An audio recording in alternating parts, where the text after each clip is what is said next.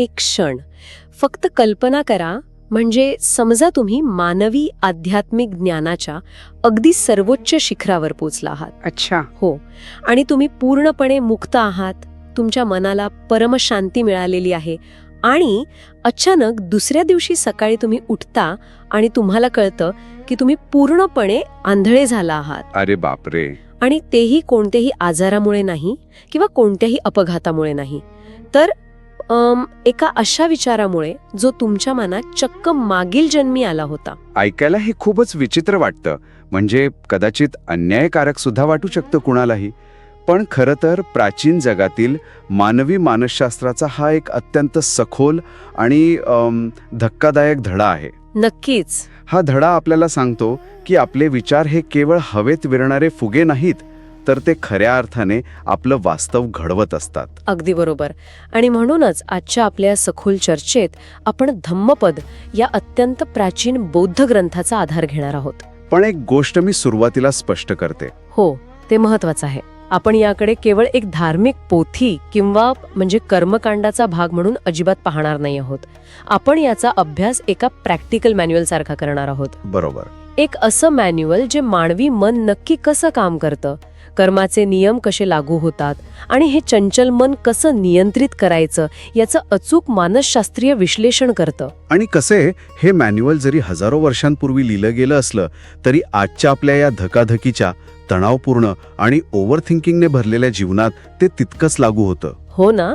कारण बाह्य जग कितीही बदललं तरी मानवी मनाचा मूळ स्वभाव आणि त्याची गुंतागुंत ती तशीच राहिली आहे. आणि या ग्रंथाची सुरुवातच एका अशा दाव्याने होते जो पूर्णपणे आपला दृष्टिकोन बदलून टाकतो. म्हणजे इथे म्हटलं आहे की मन हेच सर्व काही आहे, सर्व मानसिक अवस्थांचा अग्रेसर मन आहे. बरोबर. हे वाचल्यावर मला खरंच जाणवलं की आपण नेहमी म्हणतो माझ्या आजूबाजूची परिस्थिती खूप वाईट आहे म्हणून मी दुःखी आहे. पण हा मजकूर चक्क सांगतोय की परिस्थिती नाही तर मन आधी येतं. अगदी बरोबर. आणि हाच तो कळीचा बुद्ध आहे. बौद्ध तत्वज्ञानात मन आणि शरीर या दोन पूर्णपणे वेगळ्या गोष्टी मानल्या जात नाहीत. अच्छा. आपण अनेकदा बाह्यकृतीला जास्त महत्त्व देतो, पण इथे चेतना किंवा हेतू हाच खऱ्या अर्थाने कर्माचा पाया मानला गेलाय. म्हणजे इंटेन्शन. हो, इंटेन्शन. याचं उत्तम उदाहरण म्हणजे आपण सुरुवातीला ज्या आंधळ्या व्यक्तीची कल्पना केली ती कथा. ही भिक्खू छक्कू पाल यांची कथा आहे. ते एक अर्हत होते. अर्हत म्हणजे? अर्हत म्हणजे असा व्यक्ती ज्याने सर्व विकार नष्ट केले आहेत आणि सर्वोच्च ज्ञान प्राप्त केले आहे, पण तरीही ते या जन्मात अचानक आंधळे झाले. एक मिनिट. मला इथे एक प्रश्न पडलाय आणि मला खात्री आहे की जे कोणी आपली ही चर्चा ऐकत आहेत त्यांच्याही मनात हा प्रश्न आला असेल. नक्कीच विचारा. जर ते आता अर्हत होते म्हणजे त्यांनी सर्व बंधने तोडली होती, तर त्यांचा तो मागचा हिशोब शून्य व्हायला नको का? ते आंधळे का झाले मग? हा अत्यंत महत्वाचा प्रश्न आहे आणि याचं उत्तर कर्माच्या मेकॅनिझममध्ये दडलेलं आहे. म्हणजे कर्म कसं काम करतं यात. बरं. चक्खूपाल मागील जन्मात एक अतिशय उत्तम वैद्य होते. त्यांनी एका अंध स्त्रीवर उपचार केले होते आणि त्या स्त्रीने कबूल केलं होतं की जर तिची दृष्टी परत आली तर ती आणि तिची मुले त्या वैद्याची जन्मभर सेवा करतील. अच्छा. पण दृष्टी परत आल्यावर ती स्त्री लोभापायी खोटे बोलली की तिला अजूनही दिसत नाहीये. हे जेव्हा वैद्याला समजलं तेव्हा त्याच्या मनात भयानक राग आणि सुडाची भावना निर्माण झाली. बापरे. आणि त्याने मुद्दाम तिला असे औषधं दिले ज्यामुळे ती कायमची आंधळी झाली. अरे रे रे. म्हणजे तो जो सुडाचा विचार होता तो इथे महत्वाचा आहे. होय. तो जो सुडाचा वाईट हेतू होता तिथेच खऱ्या अर्थाने कर्म तयार झालं. बौद्ध मानसशास्त्रात जवन नावाची एक संकल्पना आहे. जवन? हो, जवन म्हणजे तुमच्या मनातील तो अत्यंत सूक्ष्म क्षण जेव्हा तुम्ही एखाद्या गोष्टीला प्रतिक्रिया देण्याचा निर्णय घेता. बाह्यकृती नंतर घडते, पण जेव्हा मनात तो हेतू पक्का होतो ना तिथेच कर्माचं बीज रोवलं जातं. म्हणजे ऍक्शन घेण्याआधीची जी ठिंगी असते ती. अगदी बरोबर. आणि कर्माचा नियम असा आहे की जसे बैलगाडीचे जड चाक नेहमी बैलाच्या पावलांमागे येते, तसेच दुःख त्या वाईट हेतूच्या मागे येते. बापरे. मग तुम्ही आज आध्यात्मिकदृष्ट्या कितीही उंच का पोचला नसाल, ते संचित कर्म फळ देतं. हे ऐकायला खूपच भयंकर वाटतं. म्हणजे जर आपण रागात कोणाबद्दल काही वाईट विचार जरी केला तरी आपण आपल्याच मागे एक बैलगाडीचं चाक लावून घेत आहोत. तसं पाहता हे तर खूपच फॅटलिस्टिक किंवा निराशावादी वाटू शकतं ना. वरवर पाहता ते तसं वाटेल, पण ही नाण्याची फक्त एक बाजू आहे. हे बघा, जर वाईट विचार इतका परिणाम करत असेल तर चांगला विचार काय करू शकतो हे दाखवणारी दुसरी कथा मट्टकुंडली या मुलाची आहे. अच्छा. त्याचे वडील अत्यंत कंजूस होते. त्यांनी आपल्या आजारी मुलावर साधे उपचारही केले नाहीत आणि त्याला तडफडून मरण्यासाठी घराबाहेर ओट्यावर सोडून दिले. इतकं टोकाचं वागणं. मग त्या मुलाने काय केलं? साहजिकच त्याच्या मनात वडिलांबद्दल भयंकर राग यायला हवा होता. मला तर खूप राग आला असता. पण तसं झालं नाही. मट्टकुंडलीला समजलं होतं की आता त्याचा मृत्यू जवळ आला आहे आणि त्याच्याकडे कोणतीही शारीरिक कृती करण्याची ताकद नव्हती. त्याने मनात कोणताही राग न ठेवता केवळ बुद्धीप्रती, सत्याप्रती एक अत्यंत शुद्ध आणि शांत श्रद्धा ठेवली. मरताक्षणी त्याच्या मनात फक्त तो एक चांगला आणि पवित्र विचार होता.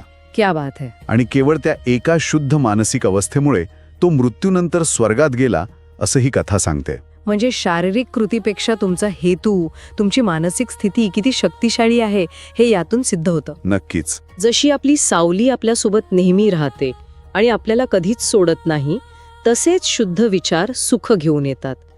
मला हे आजच्या कॉग्निटिव्ह बिहेव्हिअरल थेरपी सारखं वाटतंय, म्हणजे CBT. बरोबर, CBT. जिथे तुम्हाला शिकवलं जातं की तुमच्या भावना या परिस्थितीमुळे नाही, तर त्या परिस्थितीकडे पाहण्याच्या तुमच्या दृष्टिकोनामुळे निर्माण होतात. एकदम अचूक. सुख आणि दुःख हे आपल्या आतूनच जन्म घेतात. म्हणून तर मन हे पाण्याबाहेर काढलेल्या माशासारखं सतत तडफडणारं, चंचल आणि एका जागी न टिकणारं असतं. बरोबर. आणि ह्या चंचल मनाला दिशा देण्यासाठी ग्रंथात एक साधर्म्य दिलं आहे जे मला खूप आवडलं. कोणतं? हे एका बाण तयार करणाऱ्या कारागिरासारखं, म्हणजे इश्यूकारसारखं आहे.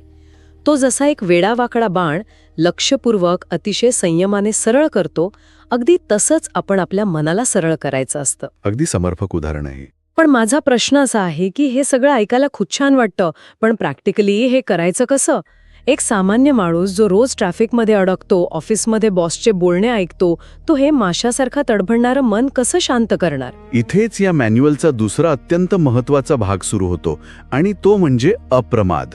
अप्रमाद. हो, अप्रमाद म्हणजे सजगता, सावधगिरी किंवा ज्याला आपण आजच्या भाषेत माइंडफुलनेस म्हणतो.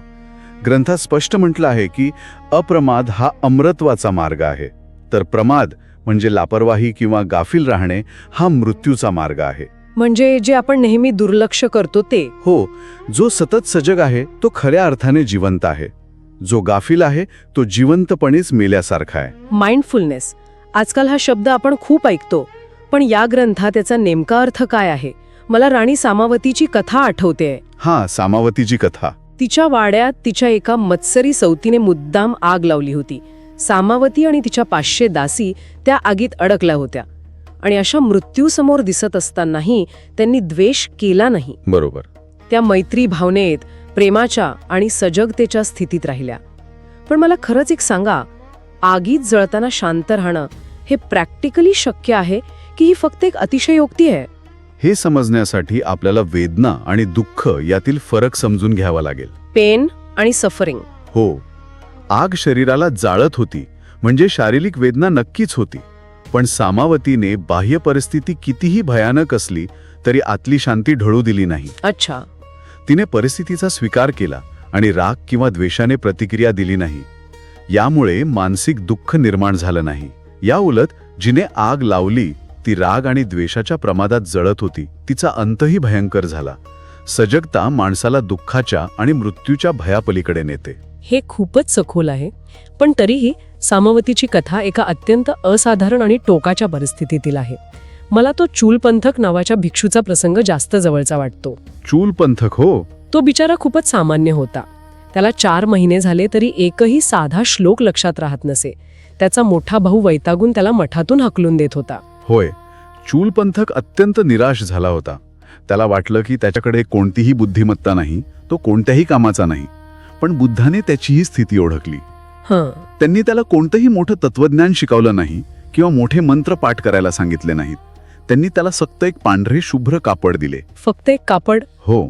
आणि त्याला सांगितलं की सूर्याकडे तोंड करून बस आणि हे कापड चोळत रजोहरणम म्हणजे मैल हटवणे असे सतत म्हणत राहा. आणि इथेच मला मोठा प्रश्न पडतो, म्हणजे तो खरंच इतका मंद होता का? आणि नुसतं एक पांढरं कापड घासल्याने कुणाला आत्मज्ञान कसं मिळू शकतं? तेच तर रहस्य आहे. म्हणजे हिमालयात जाऊन घोर तपश्चर्या करण्यापेक्षा कापड घासणं हे कसं काम करतं? याचं कृतीमागे खरं मानसशास्त्र दडलेलं आहे. जेव्हा चुलपंथक सूर्याच्या उन्हात बसून ते कापड चोळत होता, तेव्हा त्याच्या घामाने आणि हाताच्या मळाने ते पांढरे शुभ्र कापड हळूहळू काळे आणि मळके झाले. बरोबर. त्याचे लक्ष त्या कापडावर केंद्रित होते. हीच ती सजगता किंवा माइंडफुलनेस. त्या एका क्षणी जेव्हा त्याने तो बदल पाहिला, त्याला अचानक जाणवले की अरे, जसे हे बाह्य कापड अशुद्ध झाले, तसे माझे मनही राग, द्वेष आणि अज्ञानाच्या मळाने अशुद्ध झाले आहे. अच्छा, म्हणजे ते कापड फक्त एक अँकर होतं. बरोबर.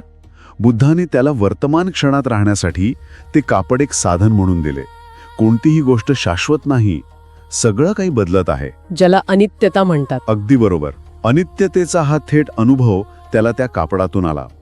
एका क्षणाच्या या पूर्ण सजगतेने त्याच्या मनातील अज्ञानाचा पडदा फाटला आणि तो अर्हत बनला. क्या बात है. यातून हे शिकायला मिळतं की शहाणा माणूस उद्यम आणि सजगतेने स्वतःसाठी असा एक द्वीप किंवा बेट तयार करतो, ज्याला वासनांचा आणि दुःखाचा महापूर कधीच बुडवू शकत नाही. हे अप्रतिम आहे.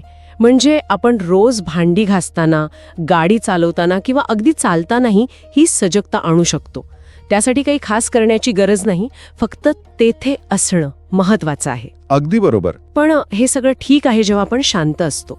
पण आपण प्रत्यक्ष जगात जगतो, तिथे अनेक मोह आहेत, ईर्ष्या आहे, स्पर्धा आहे. इथे कसं जगायचं? मोहाचं मोठं जाळं आहे आपल्या आजूबाजूला. याच प्रश्नाचं उत्तर आपल्याला पुष्पवर्ग आणि बालवर्ग या अध्यायांमध्ये मिळते. हे अध्याय अज्ञान आणि मोहावर प्रकाश टाकतात. अच्छा. बाहेरील जग आपल्याला कसं भुलवतं हे यात फुलांच्या उदाहरणातून अत्यंत सुंदररित्या सांगितले आहे. जे लोक केवळ भौतिक सुखांच्या फुलांमागे म्हणजे क्षणिक आनंदामागे धावतात, त्यांना मृत्यू किंवा दुःख अचानक गाठतं, जसे झोपलेल्या गावाला अचानक आलेला महापूर वाहून नेतो. पण मग जगात राहायचं तरी कसं? सर्व काही सोडून संन्यासी बनायचं का? अजिबात नाही. आणि त्यासाठी तिथे एक अतिशय सुंदर उदाहरण आहे भ्रमराचे, म्हणजे मधमाशीचे. मधमाशी? हो. मधमाशी फुलावर बसते, त्याचा रस घेते, पण फुलांना किंवा त्याच्या रंगाला आणि सुगंधाला कोणतंही नुकसान पोहोचवत नाही. उलट ती परागीभवनात मदत करून निसर्गाची वृद्धीच करते. वा, हे तर आजच्या काळातल्या सस्टेनेबल लिव्हिंग किंवा निसर्गाचं संतुलन न बिघडवता जगण्याची कला या संकल्पनेसारखं आहे. बरोबर. आपण समाजातून, निसर्गातून किंवा इतरांकडून घेताना भ्रमरासारखं घेतलं पाहिजे, जेणेकरून कोणाचं नुकसान होणार नाही, उलट सर्वांचा फायदाच होईल. पण अडचण अशी आहे की आपण अज्ञानामुळे या मोहात अडकतो. बरोबर. अज्ञान किंवा अविद्या हा मानवी जीवनातील सर्वात मोठा मैल मानला गेला आहे. आणि इथली सर्वात मोठी गोमशी आहे की केवळ एखाद्या ज्ञानी माणसाच्या किंवा चांगल्या लोकांच्या सोबत राहून हे अज्ञान जात नाही. म्हणजे संगतीचा परिणाम नेहमीच होतो असं नाही. नाही. त्यासाठी ग्रंथात चमच्याचे उदाहरण दिले आहे. चमचा वर्षानुवर्षे सूपमध्ये बुडवलेला असतो, पण त्याला कधीच सूपची चव कळत नाही. हा, हे माझं आत्तापर्यंतचं सर्वात आवडतं साधर्मी आहे. म्हणजे हे आजच्या काळातल्या त्या लोकांसारखं आहे जे दिवसभर सेल्फ हेल्प पॉडकास्ट ऐकतात, 100 पुस्तकं वाचतात, मोठ्या मोठ्या व्याख्यानांना जातात, पण प्रत्यक्ष आयुष्यात स्वतःची एकही वाईट सवय बदलत नाहीत. अगदी तसंच. ते त्या ज्ञानाच्या सूपमध्ये पोहत असतात, पण त्यांना त्याची चव कधीच कळत नाही. खूप छान जोडलत तुम्ही हा मुद्दा. चमच्याला चव कळत नाही, पण जिभेला मात्र एका सेकंदात चव कळते. म्हणजे आपण फक्त चांगल्या आणि ज्ञानी लोकांबसून चालणार नाही, तर आपण जिभेसारखे ग्रहणशील असले पाहिजे, रिसेप्टिव्ह असलं पाहिजे. हो. ज्ञान नुसते डोक्यात साठवून उपयोग नाही, ते आचरणात आणताले पाहिजे. कारण कर्माचा नियम असा आहे की ते राखेखाली लपलेल्या निखाऱ्यासारखे असते. म्हणजे काय? म्हणजे आपण छोटे छोटे वाईट काम करत असतो आणि आपल्याला वाटते की काही होणार नाही, कोणी पाहत नाहीये किंवा याचा काय परिणाम होणार आहे. पण जसा थेंब थेंब पाण्याने अखेर पूर्ण घडा भरतोच, तसेच छोट्या छोट्या पापांनी आणि पुण्यांनी माणसाचं संपूर्ण जीवन घडत असते. अच्छा. वाईट कर्माची फळे लगेच मिळत नाहीत, पण जेव्हा ती पिकतात तेव्हा खूप वेदना होतात. मग या सगळ्यातून आपल्याला वाचवणार कोण? आपण दररोज चुका करतो, आपल्या मनात चुकीचे विचार येतात. या मोहाच्या आणि कर्माच्या चक्रातून बाहेर पडण्यासाठी कुणीतरी मदतीला यायला हवा ना. इथेच हा ग्रंथ इतर अनेक परंपरांपेक्षा वेगळा ठरतो. या मॅन्युअलमध्ये स्पष्ट सांगितलंय की कुणीही जादूची कांडी फिरवणार नाही. कुणीच नाही. नाही. आत्ताही आत्तनो नाथो, म्हणजे आपला स्वामी आपणच आहोत. स्वतःच्या मुक्तीची जबाबदारी आपल्याला स्वतःच घ्यावी लागते. हम्म. बौद्ध तत्वज्ञान हे कोणत्याही बाह्य शक्तीवर, देवावर किंवा चमत्कारावर अवलंबून राहण्याऐवजी संपूर्णपणे स्वावलंबनावर भर देते. बुद्ध केवळ रस्ता दाखवतात, ते मार्गदाते आहेत, पण त्या रस्त्यावर चालायचे आपल्यालाच असते. हे मला एखाद्या जिम ट्रेनरच्या उदाहरणासारखं वाटतंय. तुमचा जिम ट्रेनर तुम्हाला मशीन्स कशी वापरायची ते सांगू शकतो, तुमचे योग्य पोश्चर कसे असावे हे शिकवू शकतो, तो तुम्हाला प्रोत्साहन देऊ शकतो, पण तुमच्या वाटचे वजन तो उचलू शकत नाही. एकदम अचूक उपमा आहे. तुमचे स्नायू बळकट करण्यासाठी तुम्हाला स्वतःचा घाम गाळावाच लागतो. जर तुम्ही स्वतः कष्ट केले नाहीत तर ट्रेनर काहीही करू शकत नाही. भिक्षू पधानिकातीस यांची कथा हेच सांगते. कोण पधानिकातीस? ते रात्रभर तरुण भिक्षूंना जागे राहून ध्यान करायचा उपदेश द्यायचे, त्यांना कडक शिस्त लावायचा प्रयत्न करायचे, पण स्वतः मात्र जाऊन आरामात झोपायचे. अरे वा, म्हणजे जे स्वतः आचरणात आणत नाहीत पण दुसऱ्यांना सल्ले देतात. आजकाल सोशल मीडियावर असे बरेच पधानिकातीस पाहायला मिळतात. नक्कीच. आणि बुद्धांनी या पाखंडावर कडक प्रहार केला. त्यांनी स्पष्ट केले की जे तुम्ही इतरांना सांगता ते आधी स्वतः आचरणात आणा. स्वतःला नियंत्रित करणे हे जगातले सर्वात कठीण काम आहे. खरे. यासाठी नागवग्गमध्ये एका हत्तीचं उदाहरण दिले. हत्तीचं उदाहरण कसं? जंगलातील उन्मत्त आणि बेभान हत्तीला जसे एका मजबूत खांबाला बांधून अत्यंत संयमाने आणि सातत्याने नियंत्रित करून माणसाळवले जाते, तसेच आपल्याला आपल्या या बेभान इकडे तिकडे धावणाऱ्या मनाला नियंत्रित करायचे आहे. आणि तो खांब कशाचा असेल? तो खांब आहे शील म्हणजे नैतिकता, समाधी म्हणजे एकाग्रता आणि प्रज्ञा म्हणजे शहाणपण यांचा. अच्छा. या 3 स्तरांवर स्वतःला सिद्ध करूनच आपण मनावर नियंत्रण मिळवू शकतो आणि तेव्हाच निब्बाण किंवा परमशांती प्राप्त करू शकतो. ही शांती बाहेरच्या जगात नाही तर स्वतःच्या मनावर मिळवलेल्या विजयात दडलेली आहे. खरंच आजच्या या सखोल चर्चेतून आपण खूप काही शिकलो. आपण पाहिलं की आपलं मन किती शक्तिशाली आहे, कसं जवळाच्या त्या एका सूक्ष्म क्षणात आपले विचार, आपलं जग आणि आपलं कर्म निर्माण करतात. बरोबर. आपण समजून घेतलं की सजगता किंवा माइंडफुलनेस ही हिमालयात जाऊन करण्याची गोष्ट नसून चूलपंथकसारखी एक साधी कापड घासण्याची कृती ही आपल्याला वर्तमानात आणू शकते. होय. आणि सर्वात महत्त्वाचं म्हणजे ज्ञानाच्या सूपमधील चमचा न बनता स्वतःचा मार्ग स्वतः कसा शोधायचा हे आपण पाहिलं. आणि हे ज्ञान फक्त ऐकून सोडून देण्यासाठी नाही. मॅन्युअलचा अर्थच हा आहे की ते प्रत्यक्ष वापरायचे असते. नक्कीच. दैनंदिन जीवनातील प्रत्येक लहान कृती, प्रत्येक विचार हा थेंब थेंब घडा भरल्यासारखा आपले जीवन घडवत असतो. त्यामुळे आपल्या प्रतिक्रिया निवडताना सजग राहणे अत्यंत आवश्यक आहे. अगदी बरोबर. आणि म्हणूनच जाता जाता एक विचार जो आपण सर्वांनी स्वतःला विचारला पाहिजे. आजच्या जगात आपण बाहेरील गोंधळ शांत करण्यात, इतरांच्या चुका काढण्यात आणि जग सुधारण्यात आपली सगळी ऊर्जा खर्च करत असतो. पण चूलपंथकच्या त्या कथेप्रमाणे आपला स्वतःचा तो पांढरा कपडा म्हणजे आपल्या मनावरचा मैल स्वच्छ करणे आणि स्वतःच्या आत डोकावून पाहणे हीच कदाचित आपल्या आयुष्यातील सर्वात मोठी आणि खरी क्रांती असू शकणार नाही का? विचार नक्की करा.